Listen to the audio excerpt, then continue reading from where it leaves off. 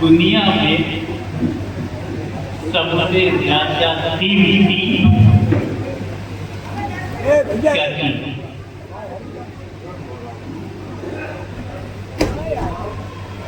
Billionaire बन जाना, millionaire बन जाना, करोड़पति बन जाना, लखपति बन जाना, मिनिस्टर बन या पैदा होना नहीं। पूरी दुनिया में चीजों को देखो, जमीन है, आसमान है, सूरज है, चांद है, बस सबसे ज्यादा कीमती आपकी लाइफ में क्या है? पैदा होना। जितने नबी बहुत अजीम हस्ती है, मगर कब पैदा हुए? जब गौसे आजम बन गए, कब पैदा हुए? जब पैदा ही न होते तो मखदूम अशरफ पैदा न होते तो गौसे जमाना कौन होता? कैसे आप पैदा न होते तो यहाँ न होते, मैं पैदा न होता तो यहाँ न होता। कोई मुजद्दिद आज़म है, मुहद्दिस आज़म है, फकीह आज़म है, खतीब आज़म है, कब जब पैदा हुआ? तब आला हजरत, आला करीम हजरत वाला दर्जत कब बना? पैदा हुआ तब। सैयदुल अंबिया इमामुल मुरसलीन कब पैदा हुए? तब। मक्के में पैदा ना होते तो होते क्या? जीला में पैदा ना होते तो होते क्या? संजर में पैदा ना होते तो होते क्या? तो दुनिया में पैदा होने से बढ़कर कोई नेमत इसी पैदा को पैदाइश, हिंदी में जन्म, अरबी में मीलाद कहते हैं। तो अगर मीलाद नहीं तो तुम कुछ भी नहीं। तो जो मीलाद के मुखालिफ है वो अपनी पैदाइश के मुखालिफ है।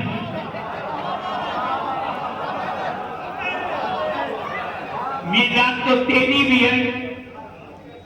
कोई हॉस्पिटल में किसी की मीलाद है, घर में किसी की मीलाद है, किसी की मीलाद काबा में है। मीलाद सबकी है, पैदाइश सबकी है। तो पैदा होना दुनिया में सबसे ज्यादा कीमती है। इंसान पूरा हटाओ यार। एक और निशान है। साइड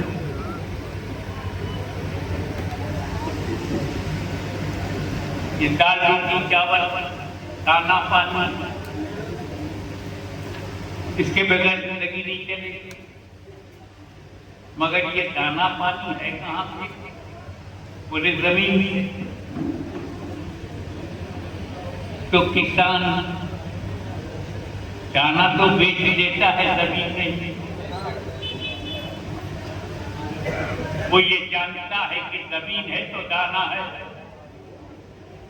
तो हमें आप जितने भी अल्फाज से याद कर रहे हैं, ये सारे अल्फाज जो भी दर्जा देते, जो नेमतें मेरे पास है, वो सब मेरे पैदा होने के बाद, तो पैदा होने को मैं छोड़ नहीं सकता। मेरा फुल फोकस पैदा होने पर है। अब ये बताओ पैदा कैसे हुए? दाना तो खेत से, आम पेड़ से, पानी दरिया से, तुम कहाँ से पैदा हुए?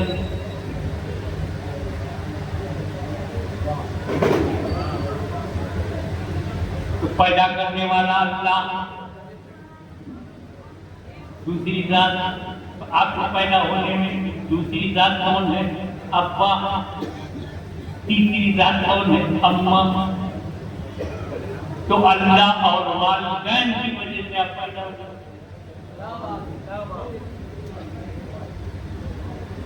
अब समझ में आया कि अल्लाह ताला शिर्क से बचने की बात जब करता है, इमीडिएट माँ बाप का जिक्र करता है। वला तुश्रिकू बिही शैअन, don't make partner of Allah and be good for parents. Allah का कोई शरीक नहीं, शिर्क से रोक रहा है। और एक दूसरे मुकाम तो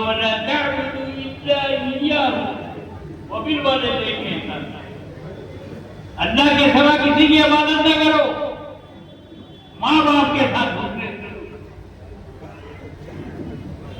यार, अल्लाह के बाद माँ बाप।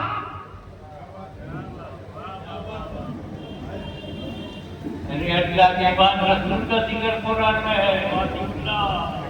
वातिकुर रसूल उलिल अम्र मिनकुम, समझ में आता है। अल्लाह की अताअत करो, रसूल की अताअत करो, साहिब अपने की अताअत करो। क्योंकि अल्लाह, रसूल, साहिब हम, ये सब वेल एजुकेटेड, साहिब इल्म, साहिब फज़्ल है। अम्मा तो जाहिद है, अब्बा तो रिक्शा चलाता था। अल्लाह के बाद ड्राइवर, मजदूर, किसान, अल्लाह के बाद वालिदैन है। औलिया अल्लाह नहीं, उलमा नहीं, मशाइख नहीं, वबिल वालिदैन।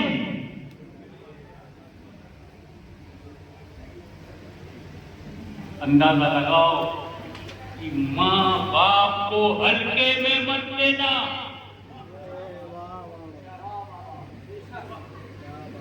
अब ये अल्लाह के बाद अब्बा अम्मा का जिक्र कुरान में, इबादत मत करो अल्लाह के सिवा किसी की, बहुत बड़ी बात है। मगर माँ बाप, कोई शिर्क न करो, मुशीक मत बनो, मगर माँ बाप।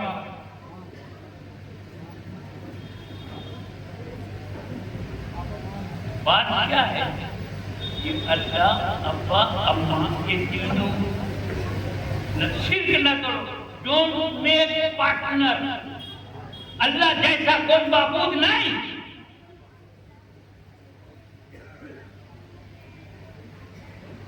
चार भाई हो सकते हैं, दो बहन हो सकती है,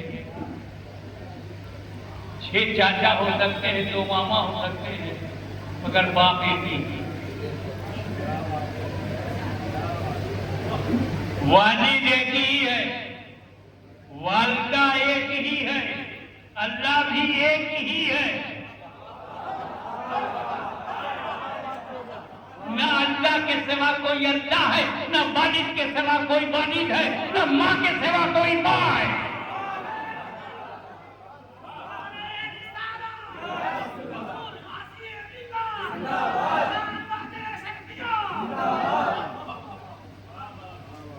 No partner of Allah, no partner of father, और no partner of mother। बेमिसाल है वो अपनी उलूहियत में, बेमिसाल है ये अपनी वालिदियत में, बेमिसाल है वो अपनी ममता में। तीनों का जिक्र ये हुआ कि तीनों का पार्टनर कोई नहीं।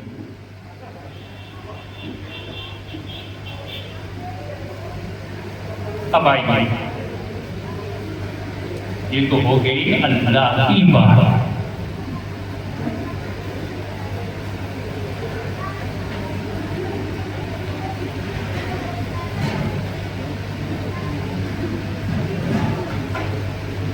एक सहाबी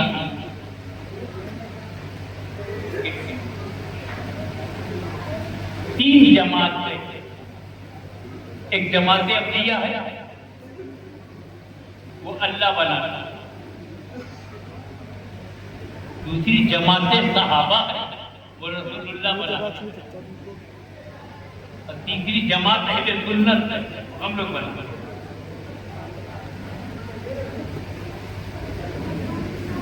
क्या मतलब? जमाते अहले सुन्नत को अगर एकेडमिक बहस करनी है, नुक्ते एतराज खाना दलील से, तो आपस में जमात अहले सुन्नत आपस में इख्तिलाफ करें, जमाते सहाबा से नहीं। जमाते सहाबा आपस में इख्तिलाफ करें, जमाते अंबिया से नहीं। तो जमाते सहाबा को हक नहीं कि जमाते अंबिया पर उंगली उठाए, तो जमात अहले सुन्नत को हक नहीं कि जमाते सहाबा पर उंगली उठाए। जब ये अकीदा क्लियर हो गया तो आइए रसूल पाक की बात वो उसी में से सहाबी रसूल उन्होंने ये मन्नत मानी, अगर मेरा काम हो गया है अल्लाह तुमने मेरा काम कर दिया अपने फजल से, तो मैं जन्नत के दरवाजे का निचला ऊपरी हिस्सा छूऊं।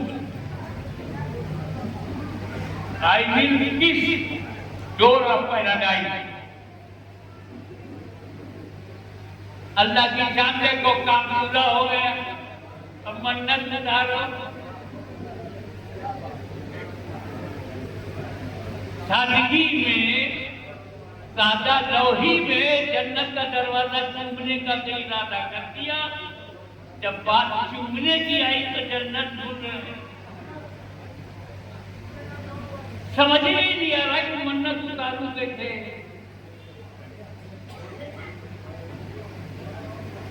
तो हर मसले का हल है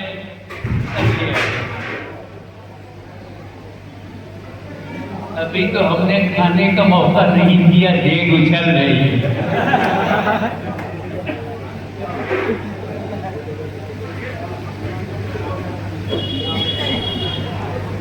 हुजूर सल्लल्लाहु अलैहि वसल्लम के पास आए, या रसूलल्लाह मैंने एक ही मन्नत मानी कि अगर मेरा काम हो गया तो मैं जन्नत का दरवाजा की चौखट पर। हुजूर सल्लल्लाहु अलैहि वसल्लम मुस्कुराए, हमारी आज्ञा करा, उसकी मन्नत का मजाक नहीं बढ़ता कि दुनिया में रहकर जन्नत के दरवाजे की बात करते हो, बेवकूफी करते हो, सब कुछ नहीं। मुस्कुराया और कहा क्या तेरे घर में माँ बाप हैं? या रसूलल्लाह माँ भी है और बाप भी है। क्या अपने बाप का माथा चूम ले, माँ का कदम चूम ले, जन्नत का दरवाजा चूम लिया। क्या मतलब? घर ही में जन्नत है।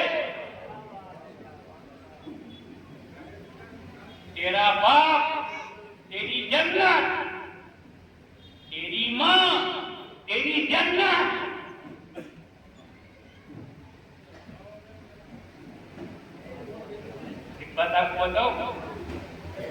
मखदूम शाह मीना पर हाथी के माँ बाप कुर्बान, लेकिन उनकी कब्र चूमने में इख्तिलाफ है। मखदूम फैजानी के हम अगली गुलाम, लेकिन मखदूम अशरफ की कब्र को चूमने में इख्तिलाफ है। वहाँ खड़े तो पीछे क्यों नहीं कर रहे हो?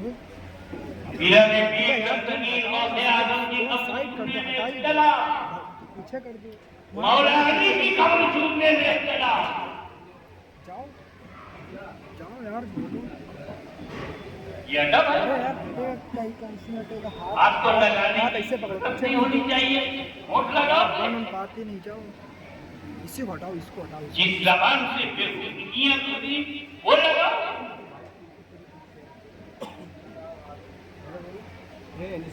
अदब उलूहिया, अदब रिसालत, अदब विलायत,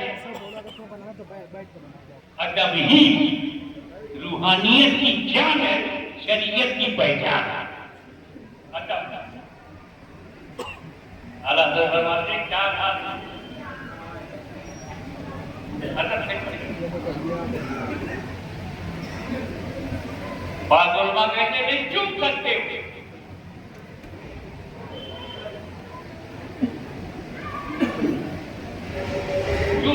सज्जा करना सबने मना किया। जो सज्जे की किस्म है ताकूदी वो शिर्क है, जो सज्जा ताकीमी है वो हराम है। मगर चूमना ये तो शिर्क होता ही नहीं। नामुमकिन है कि चूमना शिर्क हो।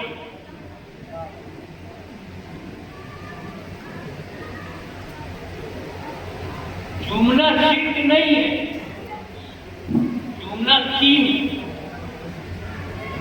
चूमना जायज है, चूमना सवाब है, चूमना गुनाह।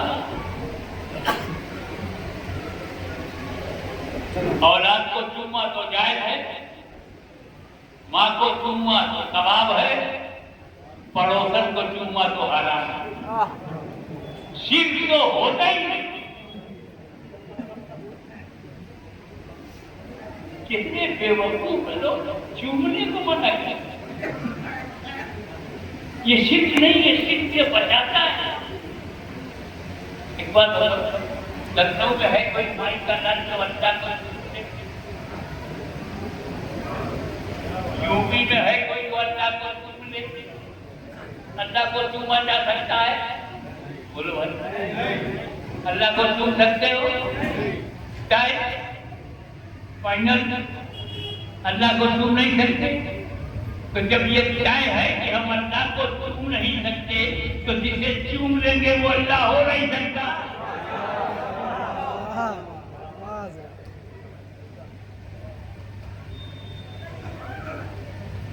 और ये बैठ छोड़ो, मैंने काबे देखा कि इंडिया में बड़ा प्रॉब्लम है। नदिया के पार चूमने नहीं देते। बड़े बड़े नाले में रहने वाले चूमने नहीं देते। तो बोला उनको काबिल में भेजे, आज के लिए भेजे। जो ना बोलता है गैरुल्लाह को नहीं चूमूंगा, गैरुल्लाह को नहीं चूमूंगा, भेज मेरे पास आज के लिए।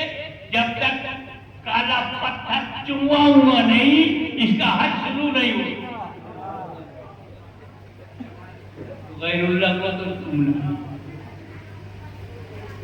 मैं ये बता रहा था कि बड़े बड़े औलिया अल्लाह के कब्रों को चूमने में जाएंगे, मना भी,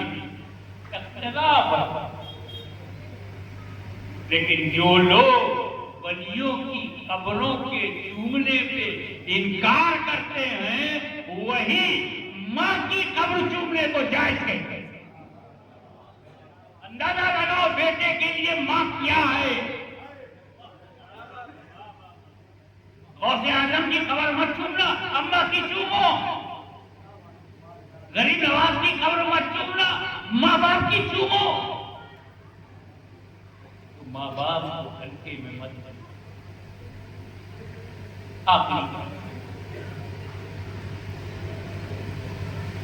साहबी रसूल कुरान ने में बांटा है, कुरानी आयत में 2 हिस्सों में बटा। एक वो साहबा जो फतेह मक्का से पहले ईमान लाया, फतेह मक्का को बॉर्डर लाइन बनाकर फतेह मक्का से पहले, और दूसरे जो फतेह मक्का के बाद ईमान लाए और जिहाद किए। ये 2 कैटेगरी है। वो सहाबाए किराम जो फतेह मक्का से पहले ईमान लाए, तो जो फतेह मक्का के बाद ईमान लाए। फतेह मक्का से पहले ईमान लाने वाले अफजल हैं फतेह मक्का के बाद ईमान लाने वालों से। मगर ये दोनों कैटेगरी के बारे में अल्लाह ताला आखिरी डिसीजन फैसला ये सुनाया, कुल्लन वादल्लाहुल हुस्ना, हर सहाबी से जन्नत का वादा।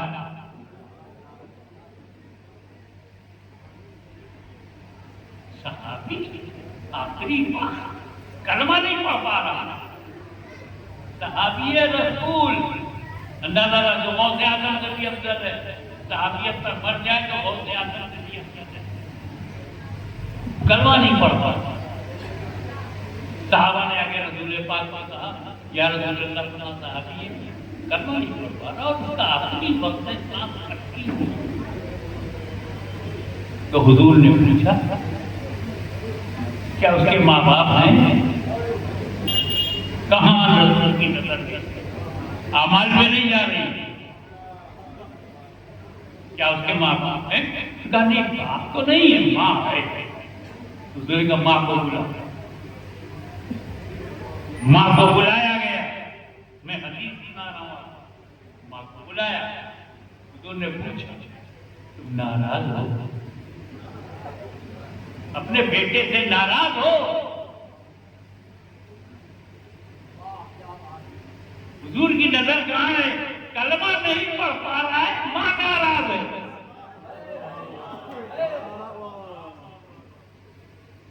हुजूर ने फरमाया, इसे माफ कर दो,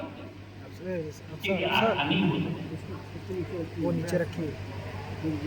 तो कहा, या रसूल अल्लाह, मेरे आका मौला है, आप हुक्म देंगे तो मैं माफ कर देंगी, लेकिन दिल से माफ नहीं कर पाऊंगी। इसने सारी जिंदगी मुझे तकलीफ दी है,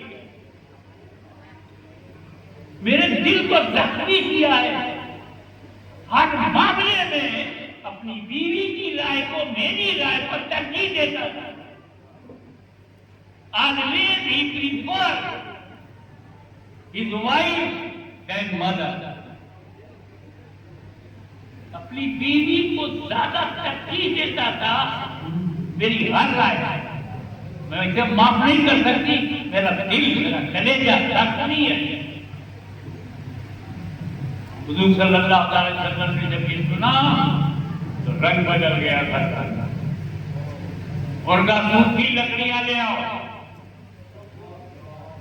इस पर तेल डालो, आग लगाओ।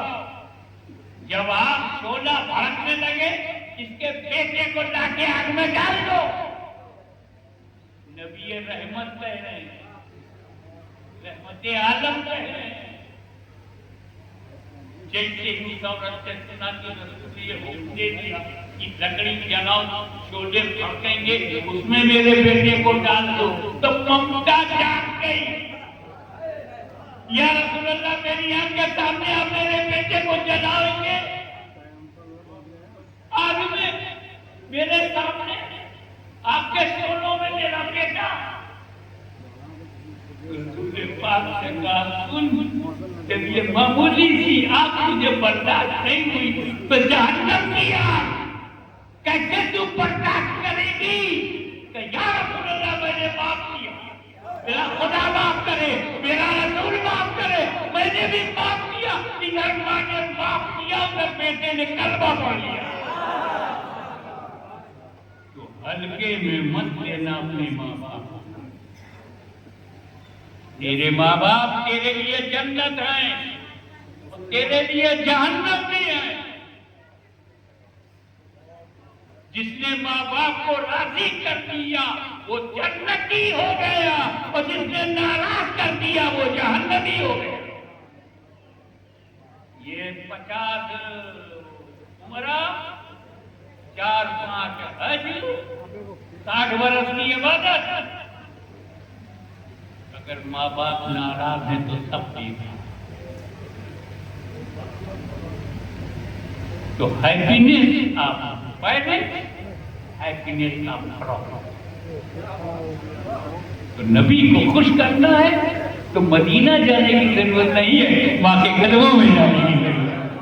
मदीने वाले को खुश करना है, मौला अली को खुश करना है तो नजफ जाने की जरूरत नहीं, अपने माँ बाप की तरफ जाओ।